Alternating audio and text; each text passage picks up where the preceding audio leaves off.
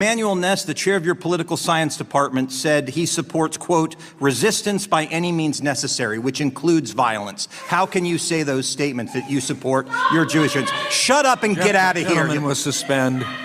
Gentlemen will suspend. Get out of here, you loser. Come on. By the way, to be clear, I hold you all responsible for this. It is the attitude that you have allowed on your college campuses that make people think that this is okay.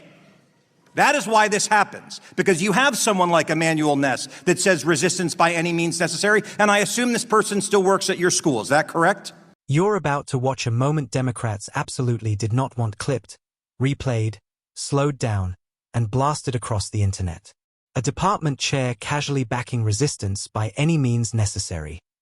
Students chanting slogans that sound less like peaceful protest and more like a history lesson nobody learned from. And somehow we're told this is just harmless campus poetry, just academic expression, nothing to see here. Right. Then Randy Fine steps in and does the one thing that instantly changes the energy in the room. He says it out loud. No soft language. No policy jargon. No nervous laughter. Just a direct, uncomfortable question. If you claim zero tolerance for violence, why does rhetoric that clearly flirts with it keep getting a pass? You can literally feel the shift. The smiles tighten. The answers get longer and vaguer. Suddenly it's investigations, procedures, context, policy reviews. The usual dance. Because when someone finally refuses to pretend, the whole script falls apart. If you're tired of the double standard and ready to see what real accountability looks like, hit like, subscribe, and stay right here. Let's watch the full clip before I give you the full breakdown. Microphone, please. Any call for violence against Jewish members of our community is entirely unacceptable. So why does this person still work there? Any individual or faculty that has a complaint of breaking our rules, we will investigate them and take the appropriate disciplinary action if warranted. Corinna Mullen at John Jay College said after October 7th, the right of Palestinian armed resistance is just, and just last month was filmed chanting up, up, up with freedom, down, down, down with Zionist scum. This is a professor that teaches your Jewish students. How can you say you have an unwavering zero tolerance policy when this person teaches at your school? And I believe that that faculty member is no longer teaching with the university. Any call for violence, any call for supporting Hamas or terrorism is entirely unacceptable, and we made those statements several times. It seems that the majority on this committee is eager to continue enabling this administration's repressive agenda. President Trump's attack on civil liberties and academic freedom are well documented. While Republicans continue their charade, new information about the Trump administration's policy of ideological deportations is coming to light. Last week, a senior ICE official testified in court that the agency is using the website Canary Mission to target students for deportation. Canary Mission is an anonymous site that blacklists and doxes individuals, charging them with anti-Semitism through little evidence or zero due process. It has long been criticized for its McCarthyism tactics that surveil students, repress speech, and instill a culture of fear across campuses. This is a site that reframes attending an anti-war protest as supporting pro-Hamas rally. It is not known who runs this site, but the agenda is clear. Pro-Palestinian advocacy cannot be tolerated. And now this ideological agenda has a direct line to state power.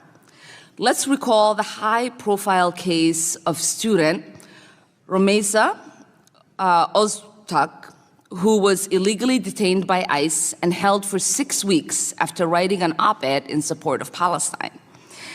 Curiously, that op-ed was published entirely a year before ICE chose to target her.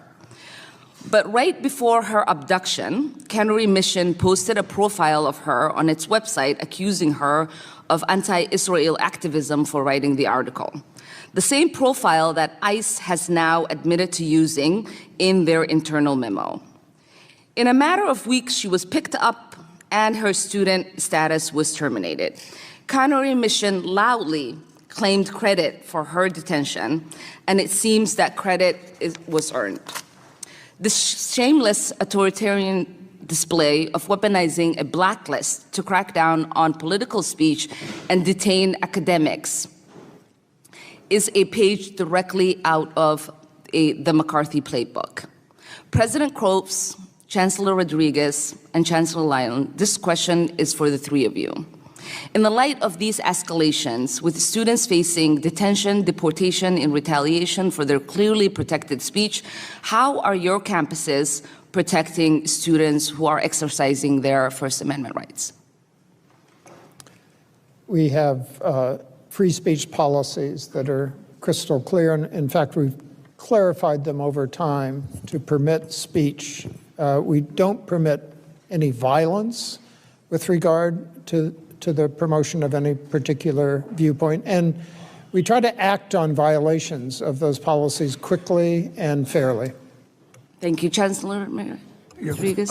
We make sure that all students are informed about our policies.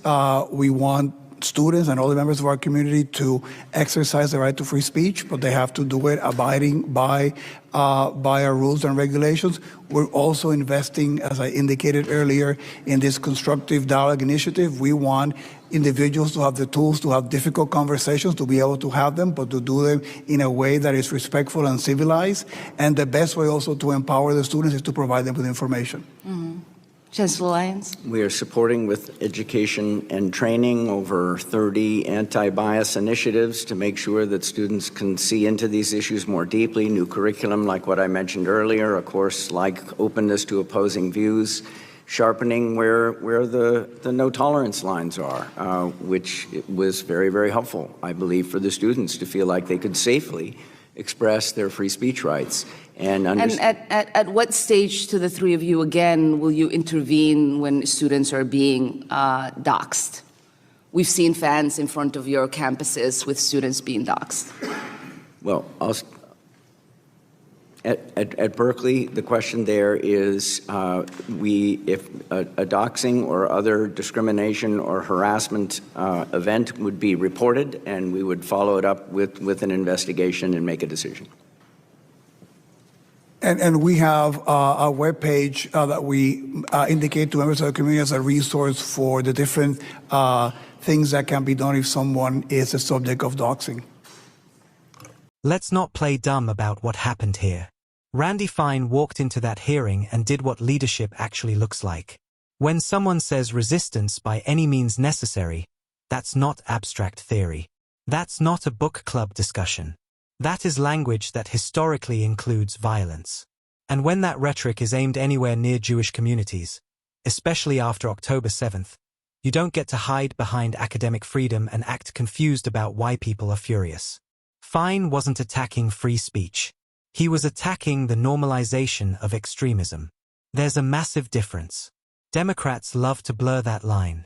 The second you question radical rhetoric, they scream McCarthyism like it's a fire alarm. But here's the problem. They never seem nearly as passionate about protecting Jewish students from intimidation as they are about protecting the feelings of professors chanting slogans. And the hypocrisy? It's breathtaking. On one hand, they claim zero tolerance for violence. On the other hand, professors openly chant slogans degrading Zionists, justify armed resistance, and somehow keep their jobs until Congress drags it into the sunlight. Suddenly it's "we'll investigate." Investigate what? The microphone caught it. The video caught it. The country caught it. Then comes the pivot to Trump, ICE, Canary Mission, deportations, the usual smoke bomb. Notice what happened. Instead of answering the core question, why is violent rhetoric tolerated on your campus? The focus shifts to, but what about civil liberties? That's the deflection playbook. No one is arguing against lawful free speech. What Fine is saying is simple. When your rhetoric creates an environment where Jewish students are harassed, threatened, or doxxed, you don't get to pretend it's just intellectual diversity. Fine drew a clean line. Words have consequences. Leadership requires moral clarity. You don't get to romanticize resistance when that word has been soaked in blood for decades and then act shocked when people connect the dots. Democrats want this framed as repression versus freedom. It's not.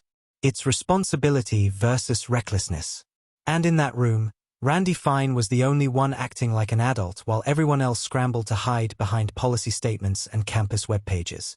That's why the moment hit. Because for once, someone stopped pretending not to see the obvious and said it out loud.